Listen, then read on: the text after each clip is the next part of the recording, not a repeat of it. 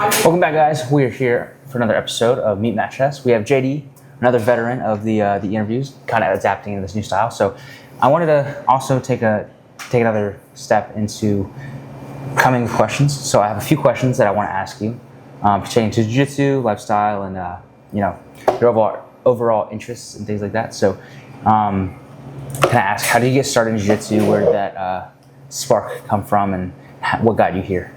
Yeah, so I wrestled in high school and always had the injury bug. As you know, I'm chronically injured. It's always something Very wrong. much so.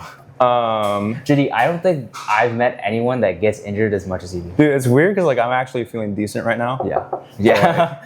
We'll see. Just little strains and stuff like that, but then they've never been horrible. I had a thumb dislocation a couple times and shit like that. Which kept me off the mat more than I would have liked. And then I wrestled for UW club in college, which was super fun. And I sucked until I was a junior probably, and I finally kind of figured it out. And so I wanted to get more mat time when I was in college, and so I was at an MMA gym up in Greenwood in the summers for 2 summers. And unfortunately they closed down. The guy that was coaching, Ryan, is now at the UFC Performance Institute in Japan. Wow. He's hella dope. So me and Rami trained together at that gym. Oh. Yeah, so I've known Rami for 8 years. Did you guys come to this gym together, or? No, I didn't know he was here. When I came to Mat Chess. Yeah. Really interesting. It was pretty cool. And so COVID hit, and everything was shut down. I was in my gap year, and then I started grad school right after that. And all throughout grad school, I just power lifted because the lifting gyms were open, and it was something easy to I could do at UW. And then it was second year of PT school, I had the itch to get back on the mat, and I was helping out with the club wrestling team. I was I kind of want to try jiu-jitsu again, get back into it. And so I did an open mat at Mat Chess years ago. And I was oh, Mat Chess is close, I'll pop in there. And then I was supposed to go check out 3 other gyms, and I was nah, I'm good. I just stuck around. I've been here ever since. That's kind of what happened to me. I remember coming in and I was Andrew, I think you guys are really good, because I'd come up in the summer one year because my ex-girlfriend had an internship up here. So I dropped in. I was man, these guys are really good. Yeah. And then I came back and I was look, Andrew, I like your gym. I'm going to go check out some other gyms first. I had one class, and then after that I was yeah, just sign me up. I like it here. So it's hard to beat. Yeah, I mean, honestly, I feel there's a lot of other gyms that are creeping up to being really good in Seattle, but I still feel Mat Chess is at the top. Yeah. What about that? What do you think makes Mat Chess so unique compared to other gyms, or what about the training here do you really like? I think the nice thing is Andrew's really structured, because he was a history teacher for so long, and he knows how to structure a curriculum of jiu-jitsu. And so if you've been here for a while, your fundamentals are pretty sharp, because you've kind of seen that curriculum every 6 months or whatever he does. But then he's starting to sprinkle in more leg entanglements and heel hooks and stuff like that, where last year, me and Brian would joke around and be oh, we're never gonna learn how to heel hook unless it's from Justin or something. And then Andrew's oh, here's a heel hook. I'm oh shit, there's a leg entry. What is he doing? And so it's cool to see him evolve and adapt too, as it's a little behind the meta, but he's still open to as things kind of establish themselves in the meta of jiu-jitsu, implementing it into the curriculum and stuff.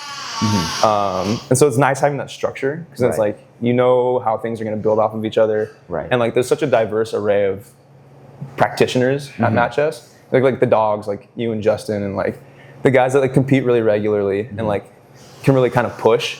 You know what I mean? Which is I like having, because I'm somewhere between a casual and a competitor. I compete 3 times a year if I'm lucky. And so it's nice to have those guys that are better than me, that can push me pretty hard, that compete regularly. But then it's you have guys that just kind of show up and vibe out. And even I feel even those guys that kind of show up and vibe out, they're still really nasty. Cool. Yeah, Marat and stuff like that. He's really casual, a little bit older, he's in his 40s, but he's still dirty. You know what I mean? He's strong as shit. I feel that. But yeah, I think that's pretty accurate. We have a pretty solid curriculum here, and then we're starting to kind of evolve into that new meta stuff as well. So we have our good structure, that our fundamentals, and then we also are getting more into the metas and unique game styles as jiu-jitsu evolves as well. So I think that's pretty cool. How has jiu-jitsu impacted your life off the mat? Is that something that correlates with you or resonates with you at all? Is jiu-jitsu, I feel a lot of people, they for me especially, it's jiu-jitsu is my life, and it also improves my life in other areas, kind of all mentally just wrapping my diving into jiu-jitsu has helped me like just grow as a person too. Is that something that you correlate with? Yeah. Oh yeah, for sure. Like it's definitely one of my outlets. Like growing up with like pretty gnarly ADHD. You know what? I don't think I've ever like directly asked you if you had ADHD. But it's always been like, I think JD is it's a little jumpy. Yeah. So like I've always been like super squirrely and like had a million hobbies, and like it was hard for like me to land and like stick on hobbies unless I was really, really passionate about it, and then I kind of like hyper focus. So like it was like baseball and like strength training and PT and like that kind of stuff. And jiu-jitsu, just grappling in general, kind of became one of those things where like I felt like kind of unsatisfied with like high school and college wrestling because of like just being injured all the time and like wanting more mat time. And then I kind of fell in love with the sport. And like I can say like the same thing about like PT and like sport performance training. And it's nice to be able to like write my own programming and see how it impacts my jiu-jitsu. Right. And like take those concepts and like things that are like well like fleshed out in the literature and like training principles and concepts and stuff like that. Apply it to myself, see it firsthand, because like I don't have the best genetics. I'm not like a freak athlete or anything, but you know I got up to a 40-inch vert and like squatted 405. So you are an athlete. Yeah, but like it took a long time to get there. Right. And like, but then it's like when I go train my baseball players, like my college athletes, there's a lot of like crossover. It's like, you know, if I can do this, you can do this. Right. And you're younger than me, you have better genetics than I do. You're a college athlete. And I'm just like some schmuck that likes to fight his friends. It's like that's a big part of it. Is like that and like treating grapplers and like combat athletes. Obviously, I'm passionate about baseball, but then you know, right up there is grappling. Like I love doing rehab for grapplers. And like we have another physical therapist that used to be at the gym, Katie. She's also a PT, and she's a black belt. And like picking her brain, and like, what do you do if like you get a judo guy with this injury, like this kind of stuff? What's your like return to sport criteria for like a jiu-jitsu guy? And, like you can get really granular with that kind of stuff, and it's fun to kind of be a nerd about it. I feel like jiu-jitsu is kind of a different language, you know. And it's like when you can talk to someone who's also able to speak that language, you just you get so close to them. It's like such a cool like little niche community.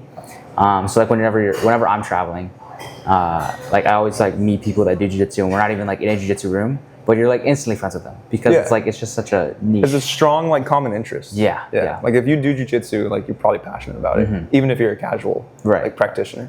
And so like that strong common interest like makes a really pretty firm bond with like other people. I agree. Why do you think jiu-jitsu is like fulfilling to you, and how do you think it could be fulfilling to someone else? Yeah, I think a big part of it for me is like I have a lot of mental outlets. So like play guitar, I have PT, sport performance training, that kind of stuff. So like, those are all like my mental outlets. But I also need a lot of physical outlets, right? Like stuff that I can like, you know, push my body a little bit, like that kind of stuff. So like for a while it was powerlifting.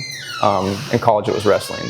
Like now it's jiu-jitsu. It's like a big one. I still lift 3 days a week. And like that helps. So like I really like physical outlets and physical hobbies. And like I'm pretty biased, right? Because I'm a PT, sport performance trainer.